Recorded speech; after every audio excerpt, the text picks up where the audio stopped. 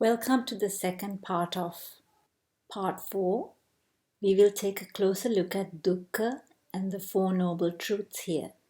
In the first part of this section, I told you that the Buddha's definition of Dukkha is associated with the 5 aggregates. We know that the 5 aggregates are inseparable and that all components arise according to the principle of dependent arising.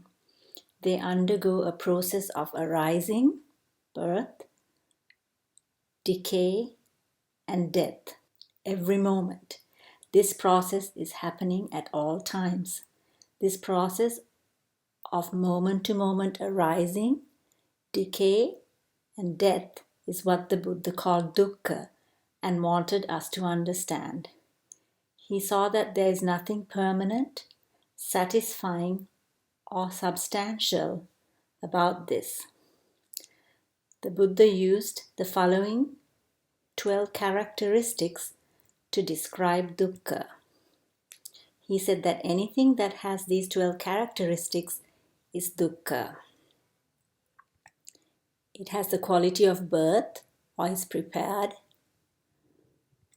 has the quality of aging or decay, has the quality of becoming ill or diseased, has the quality of death or destruction, has the ability to give you the feeling you get when you get what you don't want, has the ability to give you the feeling you get when you don't get what you want, has the ability to give the feeling you get when you are parted with what you hold as pleasant,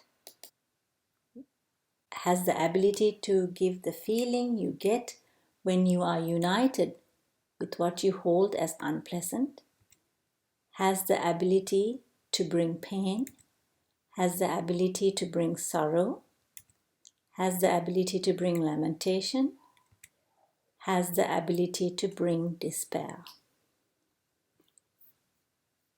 So this is Buddha's definition of dukkha. He said it has all these 12 characteristics, and he said in summary, the 5 aggregates of clinging is dukkha. From my previous explanation, I hope it became clear to you that because we are taking the 5 aggregates to be me and mine, the 5 aggregates of clinging, or sometimes called the 5 aggregates of craving, that is the whole issue we are having. That is the problem.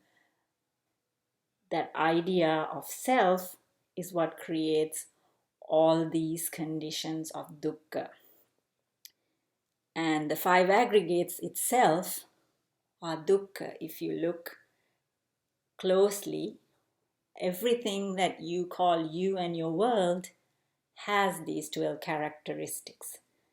Let's see closely what the Buddha said about the 5 aggregates of clinging relates to us. So here we have mentality, materiality, and I consciousness interacting with this sense object, this I object.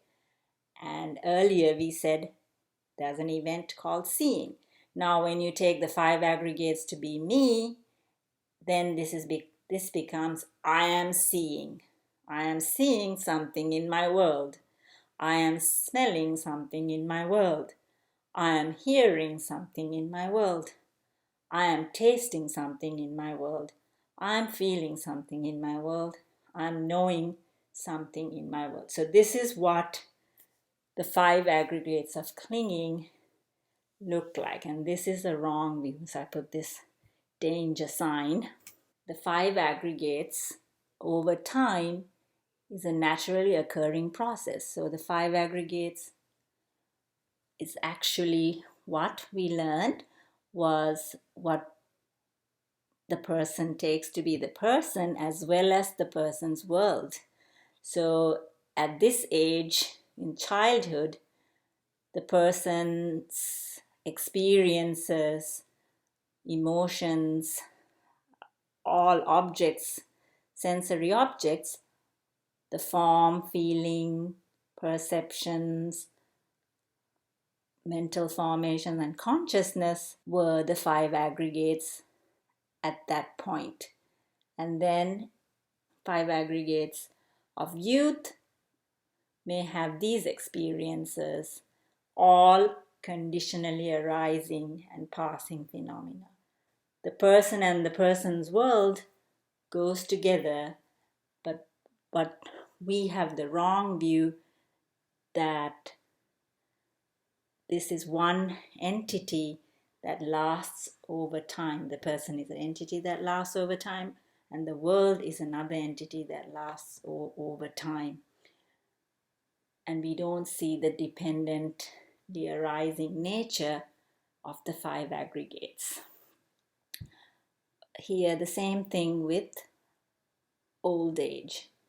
So the five aggregates over time are a naturally occurring process which we have mistakenly taken ownership of by not seeing the dependently arising and passing away of the five aggregates.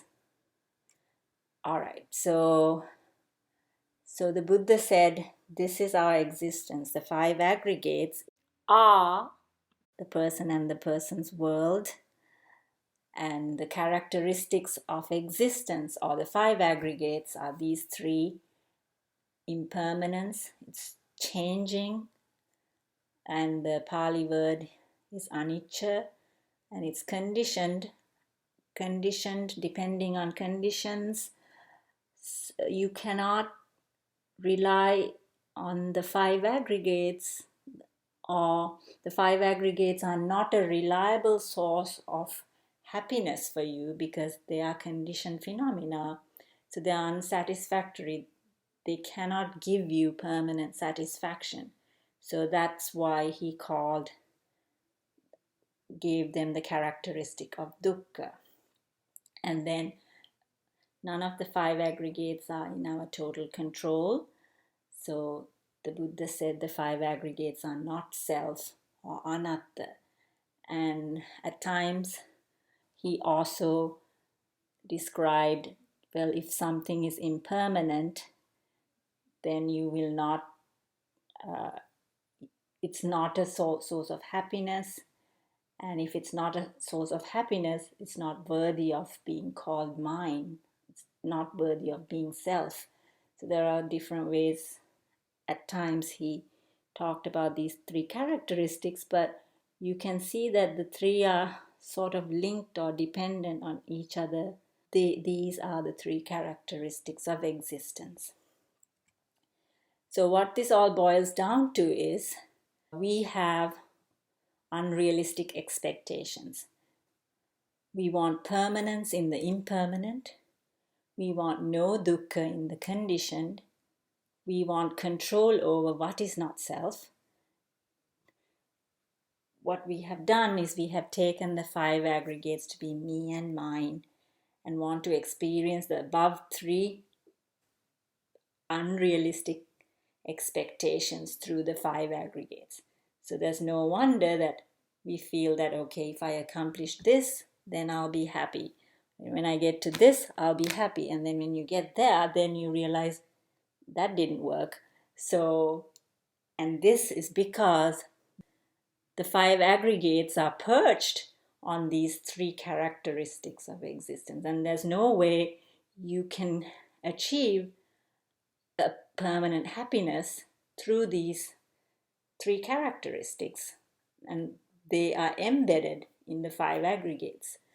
So the beings who are under the impression, we who are under the impression that the five aggregates are me and my world, are going to have this unquenchable thirst or insatiable desire to find this happiness that doesn't exist within these five aggregates. So this is like banging our head against the wall.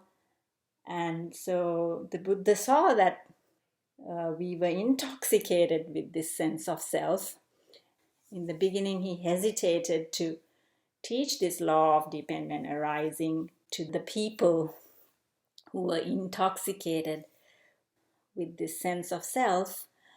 And also he had to teach the law of dependent arising and take them from a view of the subject-object duality to an understanding of the law of dependent arising. And he had to use the language that was structured around the subject-object duality. So this was a very challenging situation, and he hesitated at the beginning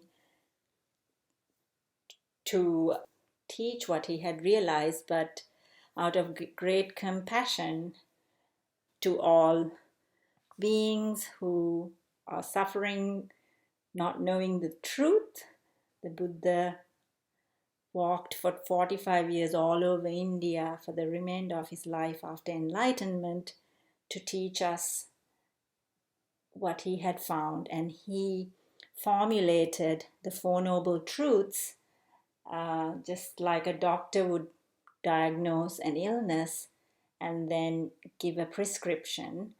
And his teaching is founded on the Four Noble Truths.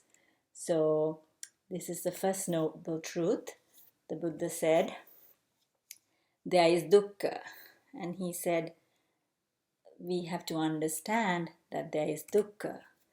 The second noble truth is there is a cause for dukkha. And what is the cause? The cause is attachment.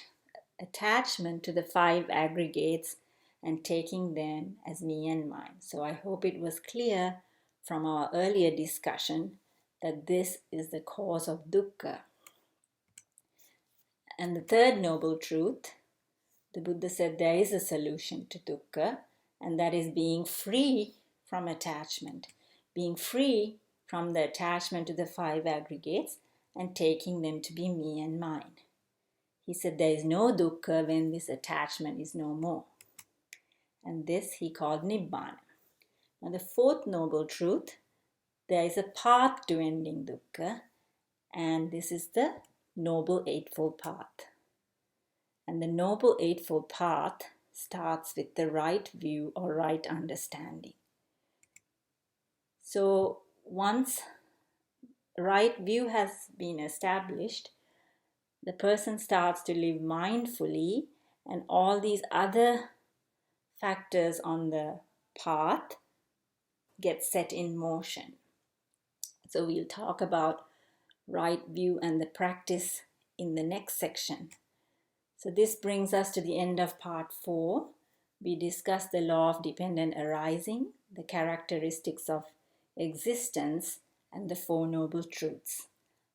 I hope you will join me for the last part, part 5, where we'll talk about what the Buddha said to practice. Thank you.